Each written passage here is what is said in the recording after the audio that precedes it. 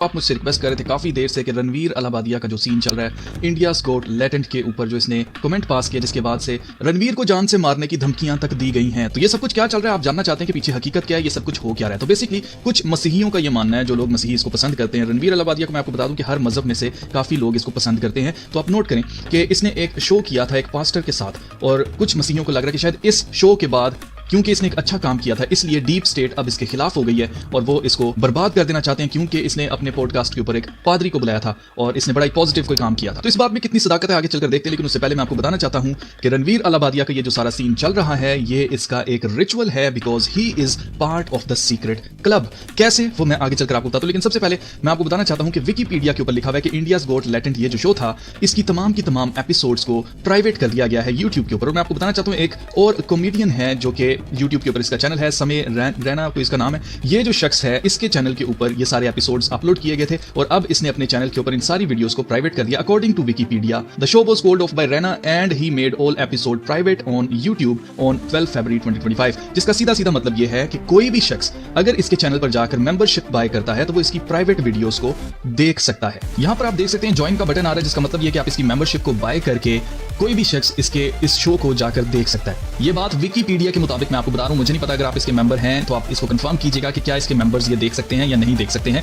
Wikipedia के मुताबिक जी इसने प्राइवेट की हुई है वीडियोस और ये ऑलरेडी मेंबरशिप से पैसे कमा रहा है, और मेंबर्स किसकी वजह से आ रहे हैं, इसी शो की वजह से आ रहे हैं। अब मैं के मुताबिक अगर आप गौर करें, क्योंकि कुछ लोगों को लग रहा है कि इनको बड़ा नुकसान हो गया, इनको कोई नुकसान नहीं हुआ। यहां पर आप देख सकते हैं Latent is estimated to earn over 1.5 crore per month from YouTube memberships with additional revenue generated from in-stream advertisements on each episode, जिसका सीधा सीधा मतलब यह है कि पर मंथ अभी भी ये लोग YouTube से अर्निंग कर रहे हैं 1.5 करोड़ इन एपिसोड्स के ऊपर जो कि प्राइवेट हो चुके हैं। अब मैंने आपसे कहा कि Ranveer Allahbadia part of the club है, यानी कि सीक्रेट सोसाइटी इल्यूमिनाटी का पार्ट है। तो वो कैसे है आप नोट करें, इसने अपने बाजू के ऊपर एक बाइबल की वर्स टैटू करवा रखी है। अब आप कहेंगे यार ये तो अच्छी बात हुई, इसने बाइबल की वर्स को टैटू करवा के रखा है, लेकिन अगर आप गौर करें तो इसी से पता चलता है कि कैसे ये लोग मैनिपुलेटिव होते हैं और ये कभी भी आपको पता नहीं लगने देते हैं कि असल में ये लोग बिलीव क्या करते हैं, और हमेशा आपको घुमाते रहेंगे। इनका मकसद आपको सच्चाई तक लेके आना नहीं है, बल्कि सच्चाई से दूर ले जाना है। इस वीडियो के अंदर रणवीर बता रहा है कि उसने क्यों बाइबल की एक वर्स अपने बाजू के ऊपर टैटू करवाई है। तो अगर आप इस क्लिप में देखें तो यहाँ पर ये इस वर्स को कोट भी करता है, I can do all things through he who gives me strength. अगर आप गौर करें तो यही इन शैतान के पुजारियों का काम होता है, ये खुदा के कलाम में से अपनी मर्जी की वर्सेस को निकाल के उनको मैनिपुलेट करके अपने लिए इस्तेमाल करते हैं। यानी कि इसने यहाँ पर क्रिश्चियंस के दिल में भी अपनी जगह बना ली कि देखो जी मैंने तो बाइबल की वर्स लिखी हुई अपने बाजू के टैटू करवाई हुई है, जबकि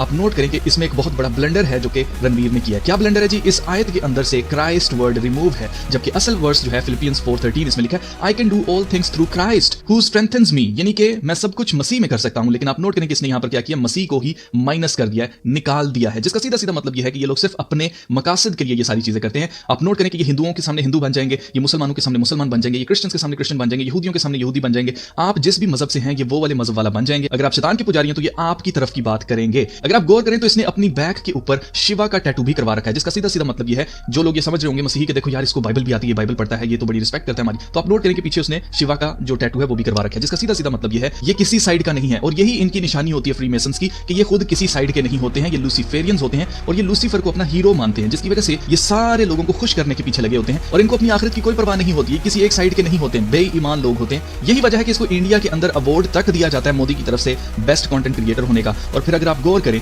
तो योएल नोवा हरारी, जी हाँ, इसको देखने के बाद आपकी आईब्रोज थोड़ी सी ऊपर होनी चाहिए, क्योंकि ये जो योएल नोवा हरारी है इसके क्लिप्स मैं आपको बार बार दिखा चुका हूं। मैं आपको बता चुका हूं कि योएल नोवा हरारी वर्ल्ड इकोनॉमिक फोरम के क्लॉज श्वाब का राइट हैंड है, ये उसका एडवाइजर है। तो आप नोट करें कि किस लेवल तक इस शख्स को रसाई है इन लोगों तक। इतनी रसाई कैसे होती है, इतनी रसाई तभी मुमकिन होती है क्योंकि ये पब्लिक फिगर्स हैं, ये एवं आके किसी पॉडकास्ट शो के ऊपर आके पॉडकास्ट देने नहीं लगे। जब तक इन लोगों को अपने ग्रुप में से बताया ना जाए कि हाँ भाई इधर जाना है, आपने जाके इंटरव्यू देना है, तब तक ये लोग किसी यूट्यूबर के शो में जाकर इंटरव्यू नहीं देने वाले हैं। अब जहां तक बात रह गई है कि ये रणवीर का सारा सीन चल क्या रहा है, तो इट्स अ ह्यूमिलिएशन रिचुअल, जो मैं आपको बता चुका हूं। ह्यूमिलिएशन रिचुअल एक फ्री मेसनरी का रिचुअल है जिसके अंदर जलील किया जाता है लोगों को और इनको बताया जाता है कि बेसिकली तुम लोग स्लेव्स हो। इनको ले तो आया जाता है फ्री मेसनरी के अंदर, लेकिन इनको जलील किया जाता है, इनको जलालत का सामना करना पड़ता है और ये खुशी खुशी जलील हो रहे होते हैं क्योंकि इनको पता है कि इसके बाद इनको मजीद फेम मिलने वाला है। यही मकसद होता है जिसकी वजह से ये हंसी खुशी ये सारे काम करते हैं, क्योंकि इसके बाद क्या होता है, चर्चा होता है, हर जुबान पर इनका नाम आ जाता है और उसके बाद फिर आपको पता है कि ये मजीद फेमस होते हैं। तो आप देखेंगे कि रणवीर अलाहाबादिया मजीद फेमस होगा इसके बाद, और ये जो समय रैना है ये भी मजीद फेमस होगा। और आप नोट करेंगे कुछ अरसे के बाद जब अवाम बिल्कुल भूल जाएगी तो आप नोट कीजिएगा ये इंडियाज गोट लेटेंट जो शो था ये इसका सीजन 1 था, अब इसका सीजन 2 जो है वो भी आपको देखने को मिलेगा। जब इसका सीजन 2 आ जाए तो आपने समझ जाना है कि it was all scripted, it was all planned, और ये इसी तरह से प्लान किया गया था ताकि इन दोनों को, खासतौर से समय रैना को और रणवीर अलाबादिया को नेक्स्ट लेवल पर ले जाया जाए। आप देख सकते हैं इस तस्वीर के अंदर इसने फ्री मेसन्स का साइन ऑफ सीक्रेसी, अपने मुंह के ऊपर उंगली रखना, का सिंबल बनाना, यानी कि हम अपना मुंह नहीं खोलेंगे, हम कभी भी अपना सीक्रेट नहीं बाहर आने देंगे। जहां तक ह्यूमिलिएशन रिचुअल की बात है, आप देख सकते हैं कि बॉलीवुड एक्टर्स जैसे John Abraham naked, full naked इनके फोटोशूट्स, इसी तरह से रिसेंटली जो एक बहुत बवाल हुआ था रणवीर सिंह का, वो भी फुल नेकेड इसका फोटोशूट हुआ था। फिर आप देख सकते हैं इससे पहले अनिल कपूर का भी हो चुका है। इसी तरह से आप एनिमल मूवी के अंदर रणबीर कपूर का भी देख सकते हैं कि सेम यही चीज थी। और अगर आप यहां पर नोट करें तो सुशांत सिंह राजपूत का भी सेम यही ह्यूमिलिएशन रिचुअल किया गया था और ये पुराना इनका तरीका है। आप देख सकते हैं जॉन सीना को भी सेम इसी तरह से स्टेज पर लाया गया था बिना कपड़ों के। तो आपको याद रखना कि जितने भी लोग मैंने आपको बताया जिनके ह्यूमिलिएशन रिचुअल किए गए हैं, उसके बाद आप नोट करें कि इनको कितना ज्यादा फेम मिला है, कितने ज्यादा और इनको फैंस मिले हैं। ऐसा क्यों होता है? क्योंकि इनको मजीद रीच मिलती है। और मैं आपको बता चुका हूं कि एक चीज होती है जिसको बोला जाता है सोशल इंजीनियरिंग। सोशल इंजीनियरिंग ही ऐसे होती है कि आपके सोशल मीडिया के ऊपर ऐसी पोस्ट आना शुरू हो जाती है जिसमें कहा जा रहा होगा कि रणबीर का बायकॉट किया जाए, इनको बिल्कुल रिमूव किया जाए, इनको सजा दी जाए। इस तरह की चीजें, इस तरह की पोस्ट बार बार आके आपका माइंड बनाया जाता है कि इन्होंने बहुत बड़ा गुनाह कर दिया, इनके खिलाफ आवाज उठाओ। और फिर क्या होता है, लोग उसमें पार्टिसिपेट करना शुरू कर देते हैं। लोगों को पता कुछ नहीं होता है, लेकिन उसके बावजूद लोग क्या कर रहे होते हैं, उसमें पार्ट लेते हैं, मजीद उन चीजों को आगे शेयर करके अपना फर्ज पूरा करते हैं कि भाई हम भी इस सोसाइटी का हिस्सा हैं। ये बिल्कुल बहुत बुरी बात इसने कही है।